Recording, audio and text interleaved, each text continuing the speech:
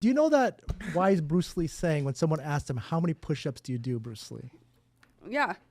I don't remember what his answer was. I remember that question, though. He said, I don't start counting Until it hurts. Until it it hurts. still starts hurting. Right. Yeah. May I say something else? Yes. Yes. Well, of the reason where mental resilience comes from too is in addition to the gym. And so a lot of people in recovery participated in it, Sure. but I'm a competitive Brazilian Jiu-Jitsu athlete. Yeah. So talk about discomfort.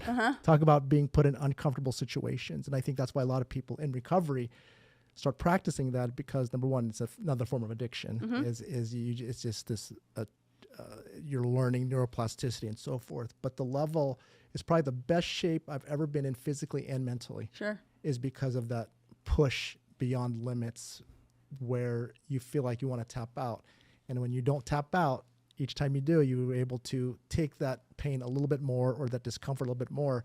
You increase that threshold. And that's why I have a tournament coming up this Saturday, and I'm already anxious about it. Sure. The thought of going out there and potentially losing Yep. or potentially being choked out or what have you is anxiety provoking. But I know after the end of it, there's even times I question, like, why am I doing this?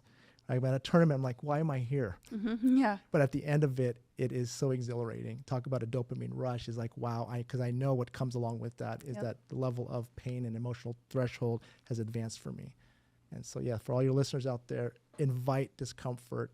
It's good for you. It's data, it's information, and the pathway to expand yourself physically and mentally. Well, how long have you been doing Brazilian Jiu-Jitsu? About 7 years. Oh, really? Yeah. I like hearing that. So I've always had it in the back of my mind that I wanted to get in my skin in the game.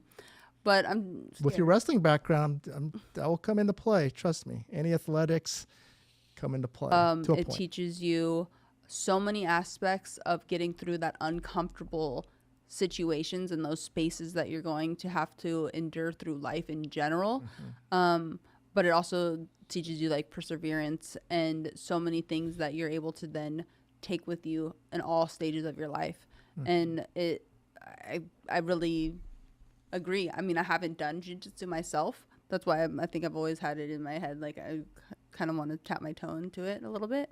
But I understand what he's saying with that because you mentioned your kids are in it. Well, they can continue on forever. I haven't done it yet because Tell us, Chad, why?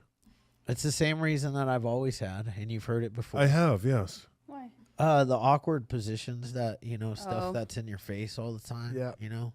Other people's butts and balls and, stuff, just stuff. That's where that threshold. Yes, there's yes. Have you ever 7 thought? years have, later. have you ever thought like when I know this is probably a horrible question. And for we're you. derailing. I'm gonna derail. And It wouldn't be the Hopeaholics if I didn't Earmuffs. Yeah. derail. Have you ever felt like just like flicking the guy's balls when it was right there? Like, have you thought about it? Well, I do have a tournament coming up, so I may, if it means winning gold. That might be the ticket. Just a little, because it doesn't take much. Just a. That and getting expelled from the federation. But Yeah. All right. Yeah. Maybe, can we go back Yeah. to the Maybe book? your mental capacity is not really meant for Not ready. jiu-jitsu.